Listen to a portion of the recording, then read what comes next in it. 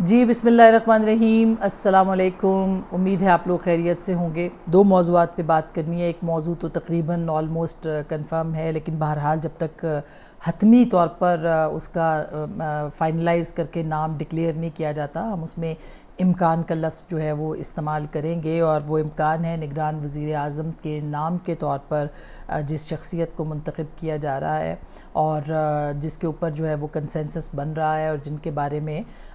حتمی رائے بنائی جا رہی ہے، اور امکان ہے، میں پھر لفظ امکان استعمال کر رہی ہوں کیونکہ آخری وقت پہ بھی فیصلے بدل جاتے ہیں۔ تو جناب جلیل عباس جیلانی صاحب جو ہیں، جو فارمر ڈپلومیٹ ہیں،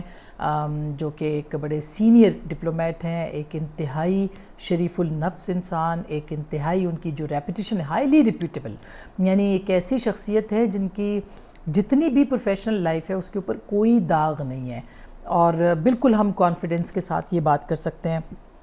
کبھی کوئی متنازع چیز نہیں ہوئی ہے، فارن سیکرٹری رہے ہیں، پاکستان کے امریکہ میں سفیر رہے ہیں، پاکستان کے مشکل ترین دور کے اندر جو ہے وہ سفیر رہے ہیں۔ تو میرا خیال ہے کہ ان کے اوپر اب ایک اتفاق رائے بن رہا ہے۔ دوسری شخصیت فواد حسن فواد کا بھی نام جو ہے وہ پھر سے فلوٹ کیا جا رہا ہے، لیکن جو سیاسی لوگوں کی بات ہو رہی تھی کہ سیاستدان ہوں گے، حفیظ شیخ صاحب کا بھی نام تاحال موجود ہے، لیکن جو ٹاپ آف دا لسٹ ہے وہ اس وقت جلیل عباس جیلانی صاحب کا نام ہے۔ اور حفیظ شیخ صاحب جو تھے ان کے حوالے سے پاکستان مسلم لیگ نواز کے حلقوں کے اندر کوئی بہت اچھی رائے نہیں تھی، اور خاص کر کے جو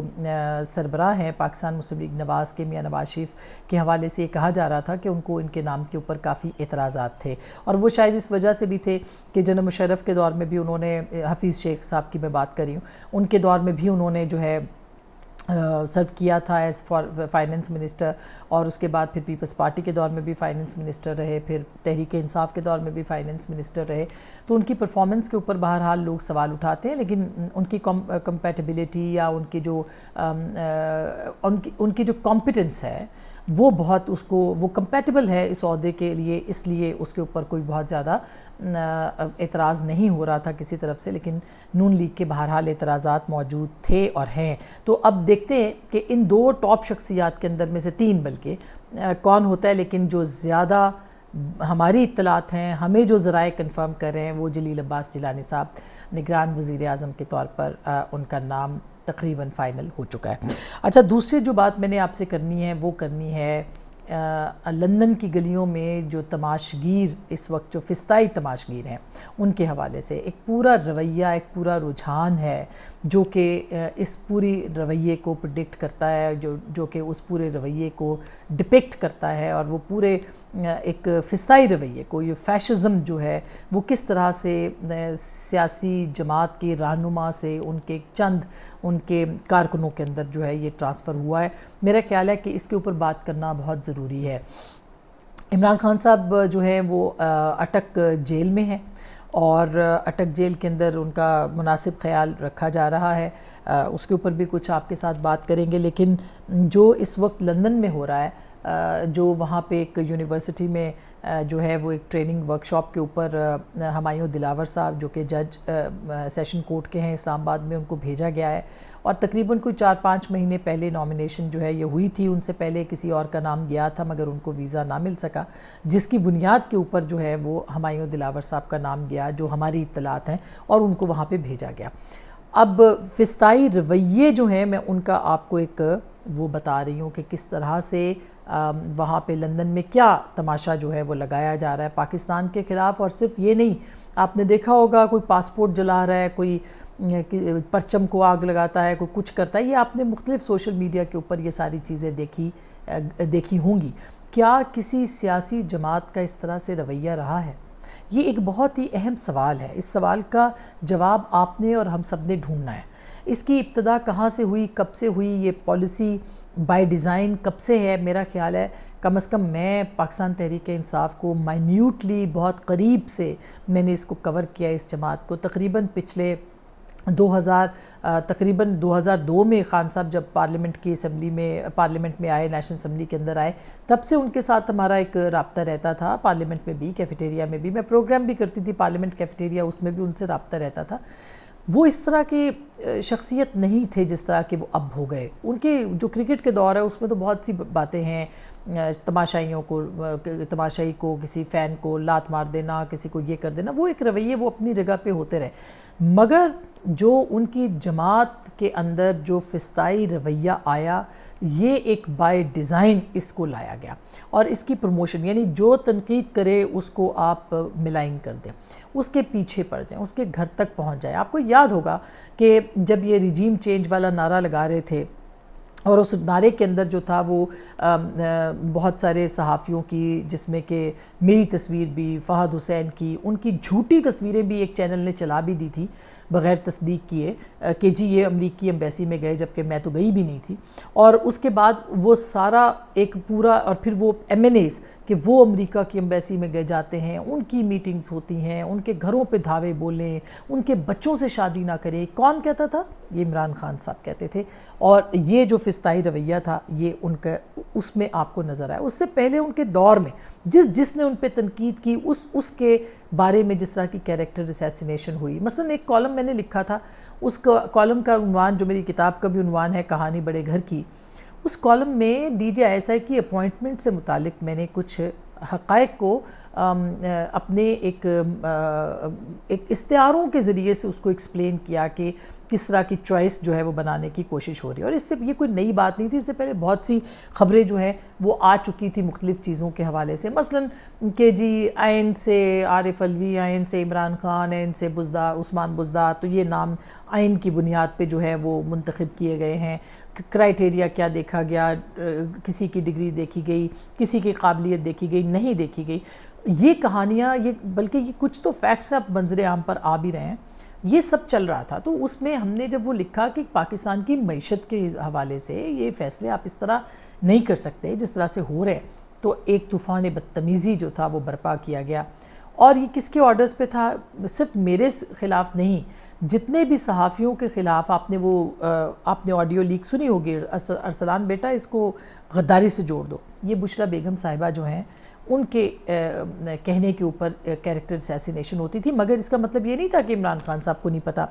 مختلف موقعوں کے اوپر مختلف حوالوں سے عمران خان صاحب کو بتایا جاتا رہا کہ آپ میڈیا کے ساتھ آپ کے لوگ یہ کر رہے ہیں، ان کو گالی دے رہے ہیں، ان کو گالم گلوچ کر رہے ہیں، ان کے خلاف ملیشیس کیمپینز چلا رہے ہیں، ان پہ الزامات عائد کر رہے ہیں، اور لیکن عمران خان صاحب کی ناک کے نیچے یہ ہوتا تھا، اور وہ کہتے تھے سوشل میڈیا تو میرے کنٹرول میں نہیں ہے، حالانکہ جس طرح ان کے فالوورز ان کو پوچھتے ہیں، معذرت کے ساتھ I am using this word, ایک کلٹ کی فارم میں ہے، جو وہ کہہ دیتے ہیں، ان کی کوئی برائی ان کو برائی نہیں لگتی، وہ ان کو کوئی کسی قسم کی ان پہ تنقید جو ہے وہ گناہ کے زمرے میں وہ لاتے ہیں، وہ اگر کہتے تو شاید اس طرح کی صورتحال نہ ہوتی۔ اور پھر جو فیک اکاؤنٹس بنائے ہوئے تھے، جس طرح کے 42,000 تو کم از کم ہمیں ایک صوبے کا پتہ ہے کہ جی وہاں سے جو فیک اکاؤنٹس تھے، وہ واٹس ایپ گروپ کی بات کری ہوں، اکاؤنٹس تو لاکھوں میں تھے، آج بھی ہیں، اگر آپ دیکھیں کہ جو باٹس ہیں وہ کس طرح سے، کیونکہ انہوں نے ہائی ٹیک لوگ رکھے ہوئے تھے اور وہ سارا کام جو ہے وہ ہو رہا تھا، تو یہ کوئی نئی بات نہیں تھی، ان کے ذریعے سے لوگوں کو دباؤ ان پہ ڈالا گیا، جو صحافی تھے تاکہ وہ سچ کہہ نہ سکیں، بہت سے لوگ چپ ہو گئے، بہت سے لوگ نہیں بولے، بہت سے لوگوں کو نوکریوں سے نکلوا دیا گیا، جس میں طلعت حسین ہے، جس میں بہت سارے اور لوگ ہیں، ان سب لوگوں کو برطرف کروایا گیا اپنے اداروں کے ساتھ تاکہ ان کا معاشی قتل ہو، جو پھر بھی باز نہیں آئے، ان کے خلاف بہتان، انویسٹیگیشنز، ہم ہر طرح کی تحقیقات سے جو ہے وہ نکلے، ہماری ہر طرح کی تحقیقات کی گئی، پھر بھی الزامات اور یہ کردار کشی کی مہم جو ہے وہ جاری ہے، اور جاری پتہ نہیں کب تک رہے گی جو ان کے فالوورز ہیں، کیونکہ ایک مائنڈ سیٹ ہے جو کہ مرتب کیا گیا۔ اب مجھے اتنا افسوس ہوتا ہے یہ سارے لوگوں کو دیکھ کے، وہ ایک بچہ ہے شایان، اس کی یہ عمر نہیں ہے اتنی نفرت کرنے کی کہ وہ صبح ڈیوٹی کے طور پہ پہنچ جاتا ہے اپارٹمنٹ کے سامنے نواز شریف صاحب کے، یا پھر وہ ابھی جج صاحب کے پیچھے اس کو لگا دیا گیا ہے، وہ لڑکیاں بچیاں جو کہ پیچھے بھاگ رہی ہوتی ہیں، یہ کون لوگ ہیں؟ یہ کس قسم کے کردار ہیں؟ یہ کیا ان کے ہاں کوئی عزت، کوئی کسی قسم کی کوئی چیز موجود ہے؟ چلے اپنی نہیں، پاکستان کی عزت کا خیال کر لیں کہ آپ ہر جگہ تماشا لگایا ہوا ہے، پاسپورٹس جلا رہے ہیں کہ جی اگر خان صاحب نہیں ہے تو پاکستان، یہ کون سی مینٹیلٹی ہے جس کو کہ پروموٹ کیا گیا ہے، ان کو تیار کیا گیا ہے، یہ جان بوجھ کے ایسے لوگ تیار کیے گئے تاکہ پاکستان جو ہے اس کے اندر فسطائیت کا راج ہو، اور فسطائیت کو ہم نے فیس کیا، ہم نے مقابلہ کیا اس چیز کا۔ یہ بھی آپ کو بتا دیں کہ جیسے اب ایک نہیں، اگر آپ ان کے بہت سارے وکلاء کے رویے دیکھ لیں، ان کے سپورٹرز کے دیکھ لیں، ان کے کارکنوں کے، ان کے لیڈرز کے، ان کے رویے آپ چیک کر لیں، آپ کو پتہ چل جائے گا. کیا پاکستان کی تاریخ میں بہت سارے عدالتی فیصلے ایسے نہیں ہوئے جن کے اوپر اعتراض ہوتا رہا؟ بھٹو، ذوالفقار علی بھٹو کو پھانسی پہ چڑھا دیا. وہ جو ان کے تھے مشتاق صاحب، جج صاحب تھے، مولوی صاحب، ان کے جو اور جسٹس منیر اور پتہ نہیں جو جتنے بھی اس سے پہلے رہے، آپ دیکھیں کہ ان کا اللہ تعالیٰ نے ان کا جو ہے وہ کیا. کسی کا کیا آپ نے کبھی خبر سنی کہ پاکستان پیپلز پارٹی کے جیالوں نے یا پاکستان پیپلز پارٹی نے ذوالفقار علی بھٹو کے جو کہ قتل میں ملوث جو جج تھے ان کے گھروں کا گھیراؤ کیا ہو؟ خود سوزیاں کی لوگوں نے، لیکن کسی کو نہیں چھیڑا. اس سے پہلے آپ دیکھیں باچا خان، ولی خان، یہ سب لوگوں نے کیا کیا جیلیں بھگتیں، کیا کیا فیصلے فیس کیے. کیا آپ نے دیکھا کہ ان کے جو کارکن ہیں انہوں نے گھیراؤ کر دیا؟ باچا خان کے جو سپورٹر تھے انہوں نے کہا کہ آپ گولی مارنے کی اجازت نہیں دے رہے، آپ ان کو کسی کو آپ ہاتھ اٹھانے کی اجازت نہیں دیتے، تو میں خود کو تو گولی مار سکتا ہوں. انہوں نے خود کو گولی مار لی. اور حال ہی میں میری ان کے پوتے سے ملاقات ہوئی یہاں پہ ANP کے کنونشن میں. یہ بھی پاکستان کے پولیٹیکل ورکرز تھے. پھر آپ نے نواز شریف صاحب کے ابھی حال ہی میں ثاقب نثار صاحب کے بارے میں ان کی جماعت جو ہے وہ جو کچھ بھی کہتی رہی ہے سب کچھ ہے، لیکن کیا ثاقب نثار صاحب کا کہیں پہ گھیراؤ کیا گیا؟ کیا جسٹس کھوسا جو ہیں، آصف سعید کھوسا جنہوں نے سیسیلین مافیا کہہ دیا، کیا ان کے گھر کا گھیراؤ کیا گیا؟ کیا ان کے بچوں کو تنگ کیا گیا؟ کیا کسی نے کہا کہ ان کے بچوں کے ساتھ شادیاں نہ کریں؟ کیا کسی نے کہا ان کا سوشل بائیکاٹ نہ کرے؟ کیا کسی نے کہا کہ ان کو جہاں نظر آئے ان کے منہ پہ کالک ملے؟ ایسا کبھی نہیں ہوا. یہ صرف اور صرف تحریک انصاف جیسی پارٹی ہے جس کے جو سپورٹرز ہیں معذرت کے ساتھ وہ اس طرح کا رویہ اختیار کرتے ہیں. اور یہ کیوں کرتے ہیں؟ اگر ان کو روکا جاتا خان صاحب کی طرف سے تو شاید یہ کبھی ایسا نہیں ہوتا. اب جو ہمایوں دلاور صاحب ہیں وہ یہ کہتے ہیں کہ یہ فیس بک میرا ہے مگر یہ اکاؤنٹ میرے پیجز ہی نہیں ہیں، اور وہ باقاعدہ سوشل میڈیا کے اوپر جیو ٹی وی نے تو شاید رپورٹ بھی اس پہ چلائی ہے، اور وہ سوشل میڈیا پہ چل رہا ہے کہ کس طرح سے آپ فیک پوسٹ کریٹ کر سکتے ہیں فیس بک کے اوپر. اور اس کے اوپر انہوں نے FIA کے اندر جو ہے وہ رپورٹ درج کروائی ہوئی ہے جس پہ جسٹس عامر فاروق صاحب نے کل پنجھوتا صاحب کو بلایا، آج خواجہ حارث صاحب کو بلایا ہے. ابھی تو اور بڑے جو سوشل میڈیا کے اندر انہوں نے جن کے پھیلائے ہیں، جن لوگوں نے پھیلایا تھا، ان سب کو انویسٹیگیٹ کرنا چاہیے کہ کتنا آسان ہے فیس بک کے جو نقلی پیجز ہیں ان کو کریٹ کر کے آپ جو ہے وہ آپ اس کو پھیلا دیں اور اس کے بعد آپ لوگوں کے اوپر چھوڑ دیں جو مرضی ان کے ساتھ ہو. ایک مینٹیلٹی جو ہے اس کو آپ نے دیکھیں کس طرح سے انہوں نے پروان چڑھایا. تو اس کا بھی میرا خیال ہے کہ جسٹس عامر فاروق صاحب کے اوپر بھی اب ان کے خلاف بھی ایک جو ہے وہ کیمپین لانچ ہو گئی ہے. جو بھی جج ان کے خلاف فیصلہ دے گا وہ جج ملائن ہوگا، جو صحافی ان پہ تنقید کرے گا وہ صحافی ملائن ہوگا، وہ لفافہ ہوگا، جو ان کے اوپر سیاستدان بولے گا وہ چور ہوگا، ڈاکو ہوگا. اگر کوئی پوتر ہے اس ملک میں تو وہ صرف عمران خان صاحب ہیں اور ان کے سپورٹرز ہیں. وہ میڈیا کے لفافہ، اصل میں لفافہ صحافی ہوں جو کہ ان کے ساتھ ان کی پارٹی سے زیادہ ڈیفینڈ کرتے ہیں، یا کوئی اور ہو. میں تو کسی کو نہیں کہتی کہ کوئی لفافہ ہے یا نہیں ہے، لیکن نظریاتی طور پہ میں کہہ رہی ہوں کہ کس طرح سے صحافت کے اندر جو ہے وہ یہ پھیلایا گیا اور کس طرح سے لوگوں کو جو ہے وہ استعمال کیا گیا پولیٹیکل اپنے بیانیے کو بڑھانے کے لیے. تو کل جیسے آپ کو یہ بھی بتا دیں کہ اٹک میں ان کے وکلاء گئے اور وکلاء کا ٹائم ختم ہو گیا تھا. جیل کا ایک مینول ہوتا ہے، اس کے مطابق چلنا ہوتا ہے، لیکن آپ دیکھیں کہ وہاں پہ بھی ان کی لڑائی جھگڑے کی اطلاعات آئی ہیں جو کہ جس پہ کہ FIR اب درج ہوئی ہے. یعنی وکلاء کا رویہ آپ چیک کریں